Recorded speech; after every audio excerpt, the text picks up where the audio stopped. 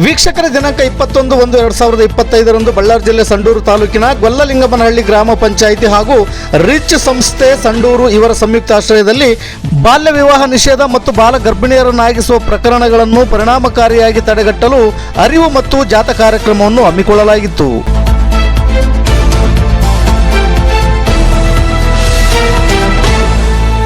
ಕುಮಾರಸ್ವಾಮಿ ಗ್ರಾಮಾಂತರ ಅನುದಾನಿತ ಪ್ರೌಢಶಾಲೆಯಿಂದ ಜಾಥಾ ಪ್ರಾರಂಭವಾಗಿ ಗ್ರಾಮದ ಪ್ರಮುಖ ಬೀದಿಗಳಲ್ಲಿ ಸಾಗುತ್ತಾ ಬಾಲ್ಯ ವಿವಾಹ ಮುಕ್ತ ಗ್ರಾಮ ಪಂಚಾಯಿತಿ ಮಾಡೋಣ, ಬಾಲ್ಯ ವಿವಾಹವನ್ನು ತಡೆಗಟ್ಟೋಣ ಎಂಬ ಘೋಷಣೆಯೊಂದಿಗೆ ಗ್ರಾಮ ಪಂಚಾಯಿತಿ ಸಭಾಂಗಣದಲ್ಲಿ ಜಾಗೃತಿ ಸಭೆಯನ್ನು ನಡೆಸಲಾಯಿತು.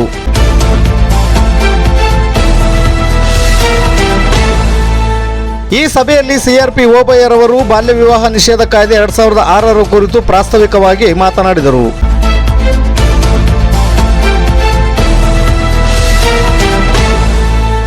ರೀಚ್ ಸಂಸ್ಥೆ ಸಂಡೂರು ತಾಲೂಕು ಸಂಯೋಜಕರಾದ ಡಾಕ್ಟರ್ ಯರಿಸ್ವಾಮಿ ರವರು ಮಾತನಾಡಿ, ಬಳ್ಳಾರಿಯಲ್ಲಿ ಅತಿ ಹೆಚ್ಚು ಬಾಲ್ಯ ವಿವಾಹ ಪ್ರಕರಣಗಳು ದಾಖಲಾಗುತ್ತಿರುವುದು ಬೆಳಕಿಗೆ ಬಂದಿದೆ.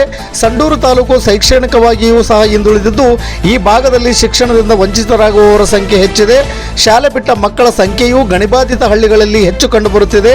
ಬಾಲ್ಯ ವಿವಾಹದಂತಹ ಪ್ರಕರಣಗಳನ್ನು ತಡೆಗಟ್ಟಲು ಸಾರ್ವಜನಿಕರಲ್ಲಿ ಸಮುದಾಯಗಳ ಅರಿವು ಮೂಡಿಸುವ ಮೂಲಕ ಬಾಲ್ಯ ವಿವಾಹದಂತಹ ಪ್ರಕರಣಗಳನ್ನು ತಡೆಗಟ್ಟಲು ಸಾರ್ವಜನಿಕರಲ್ಲಿ ಸಮುದಾಯಗಳ ಅರಿವು ಮೂಡಿಸುವ ಮೂಲಕ ಬಾಲ್ಯ ವಿವಾಹ ಮುಕ್ತ ಸಂಡೂರು ತಾಲೂಕು ಮಾಡಲು ಮುಂದಾಗಬೇಕೆಂದು ಕರೆ ನೀಡಿದರು.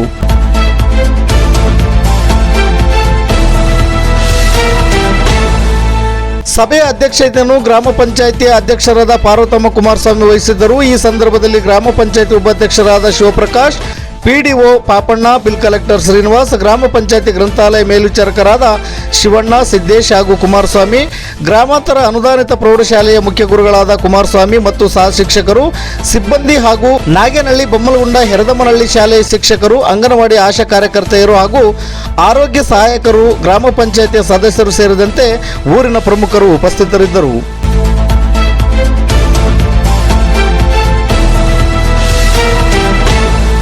ಚೋರನೂರು ಡಿವಿಷನ್ ವರದಿಗಾರರು ದುರ್ಗೇಶ್ ವೈಡ್ವೈ. ಇದು ಗರುಡ ನ್ಯೂಸ್. ನಾನು ಮಲ್ಲೇಶ್ ಕಮತೂರು.